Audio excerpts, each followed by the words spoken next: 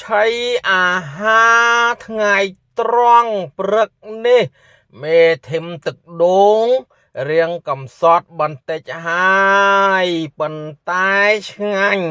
ពុកម៉ែបងប្អូនចង់ដឹងថាឆ្ងាញ់នៅមុខម្ហូបអ្វីអត់ទេបងប្អូនគឺកំពុងតែហុយនេះបាទគឺមុខម្ហូបសម្លម្ជូរគ្រឿងបាទម្ជូរគ្រឿងត្រីប្រាជាមួយស្លឹកម្កាក់បាទគោរពជំរាបសួរទៅកាន់ឪពុកក្មេកនិងគោរពជំរាបសួរទៅកាន់ម៉ែក្មេកនិងគោរពជំរាបសួរទៅកាន់ឪពុកបង្កើតនិងគោរពជំរាបសួរទៅកាន់ម៉ែបង្កើតជាទីគោរពទាំងអស់គ្នាដូចតទៅបាទ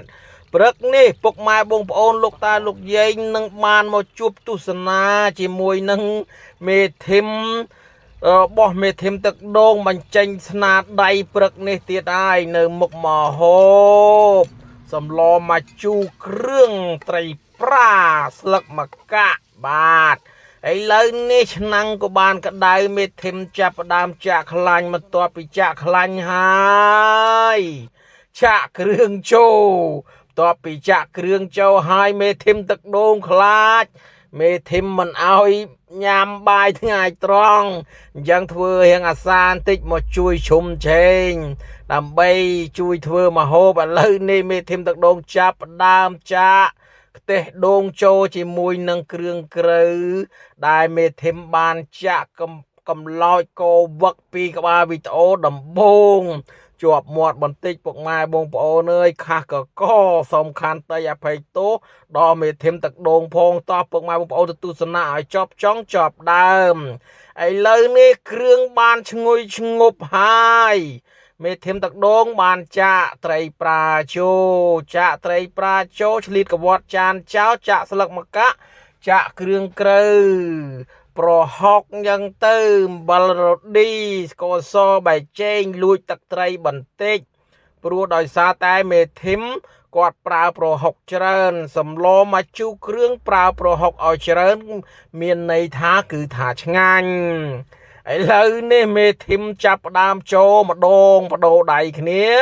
មេធិមបានចាក់មកទេសផ្លោកចូលផ្លុកក្តៅហុយ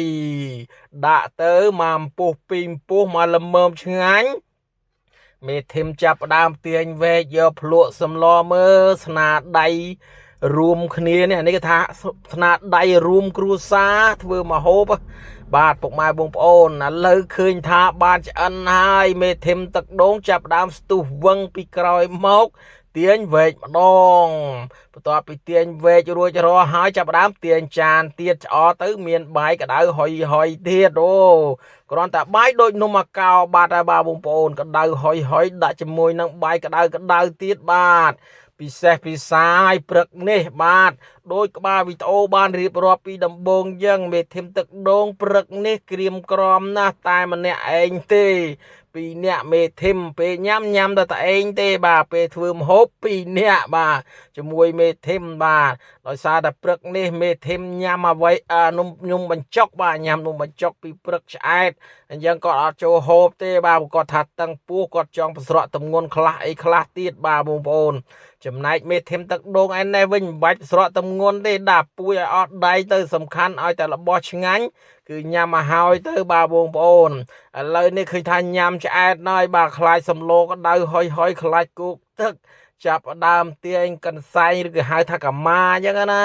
លើកឆ្នាំងដាក់ចុះពីលើចង្ក្រានសិនចាំមកញ៉ាំវិញ